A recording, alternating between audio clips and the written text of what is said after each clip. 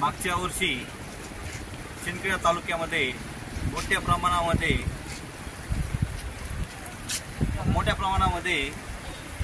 हा जो तालुका आहे हा तालुक्यामध्ये पावसाचं प्रमाण फार अत्यल्प असतं आणि पाऊस न पडल्यामुळे या ठिकाणी मोठ्या प्रमाणात शेतकऱ्यांचं नुकसान झालेलं होतं।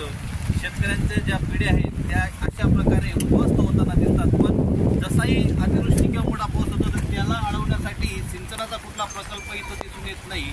गुराईसारख्या सिंचनामध्ये प्रकल्प असताना सुद्धा एवढा मोठ्या प्रमाणात गुराईचं पाणी वाया जात आहे।